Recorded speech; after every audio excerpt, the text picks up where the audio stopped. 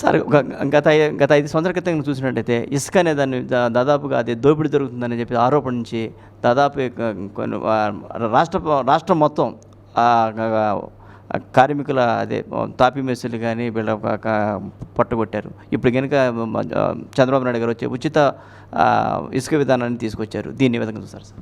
ఇప్పుడు చంద్రబాబు నాయుడు గారు రాష్ట్రం ఏర్పడిన తర్వాత కూడా ఉచిత ఇసుక ఇచ్చారు.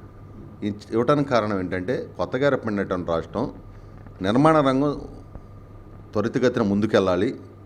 బిల్డర్స్ కావచ్చు, రాజధాని నిర్మాణం కావచ్చు, పోలవరం కావచ్చు, పట్టిసీమ కావచ్చు, వీటన్నిటిని కూడా త్వరితగతిన పూర్తి చేసుకోవాలంటే ఇసుక కావాలి, ఇసుక ఇవ్వాలి, ఉచిత ఇస్తే ఇవన్నీ కూడా అదేవిధంగా లబ్ధిదారులు ఇల్లు కట్టుకోవాలన్నా కూడా బాగుంటుందని చెప్పి ఆయన ఆ రోజు ఆ నిర్ణయం తీశారు. కానీ జగన్మోహన్ రెడ్డి వచ్చిన తర్వాత ఒక 2-3 నెలల పాటు అసలు దాని జోలికి వెళ్ళా. ఆ టైంలో అసంఘటిత కార్మికులు ఎవరైతే ఈ టాపీ పని వాళ్ళు కావచ్చు, నిర్మాణ రంగంలో ఉన్నవాళ్ళు కావచ్చు, రకరకాల వాళ్ళు వందలాది మంది చనిపోయారు. లేదు పోనీ ఆయన ఉచిత ఇసుకను రద్దు చేశాడు. ఏం చేశాడండి? ఒక 2 సంవత్సరాలు వాళ్ళ నాయకులు, స్థానిక ఎమ్మెల్యేలు కావచ్చు, మంత్రులు మొత్తం కూడా దోపిడీ చేశారు. 3 సంవత్సరాలు జగన్మోహన్ రెడ్డి తన ఇంటికి ఏదైతే ఈ 3 సంవత్సరాలు అసలు ఆ ఇసుక ఎక్కడికి వెళ్తుందో తెలియదు, ఎవరికి తీసుకెళ్తారో తెలియదు, ఆ డబ్బులేంటో తెలియదు. మొత్తం కూడా వేల కోట్లు దోపిడీ చేశారు.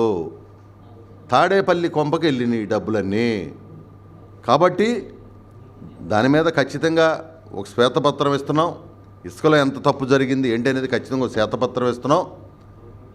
మరి ముఖ్యంగా ఈ రోజున మళ్ళీ చంద్రబాబు నాయుడు గారు ఉచిత ఇసుకను తీసుకొచ్చారు. దానివల్ల ఇవాళ నిర్మాణ రంగంలో ఉండేవాళ్ళు కావచ్చు, ప్రతి వాళ్ళకు హర్షం వ్యక్తం చేస్తూ ఉన్నారు. ఎందుకంటే జగన్మోహన్ రెడ్డి దెబ్బకి మొత్తం పారిపోయారు, రాష్ట్రం విడిచి పారిపోయారు. మళ్ళీ చంద్రబాబు నాయుడు గారు ఒక పిలిపిచ్చారు, రండి ఈ రాష్ట్రంలో ఒక 10 సంవత్సరాల పాటు మీరు చక్కగా వ్యాపారం చేసుకోండి, పరిశ్రమకు రండి, నిర్మాణ రంగంలోకి రండి అని ఆయన పిలిపించారు. దానివల్ల మళ్ళీ వాళ్ళందరూ కూడా వస్తామన్నారు. మరో పక్క రియల్ ఎస్టేట్ రంగంలో కూడా నిదానంగా ఊపందుకుంటుంది, నిర్మాణ రంగం కూడా ఊపందుకుంటుంది, పరిశ్రమలు కూడా వస్తాయి. కాబట్టి ఈ ఇసుక వల్ల అందరికి కూడా మేలు కలిగిద్ది. కాబట్టి ఈ రోజున అందుకనే ఉచిత ఇసుక విధానాన్ని తీసుకొచ్చాం. దానివల్ల ఈ రాష్ట్రం అభివృద్ధి త్వరితగతిన ముందుకెళ్ళడానికి అవకాశం ఉంది. కాబట్టి ఈ రకమైనటువంటి నిర్ణయాన్ని చంద్రబాబు నాయుడు గారు చేశారు. మరి ముఖ్యంగా ఇవాళ వైసీపీ వాళ్ళు మాట్లాడుతున్నారు, సిగ్గు శరం లేకుండా, నీతి జాతి లేకుండా మాట్లాడుతున్నారు.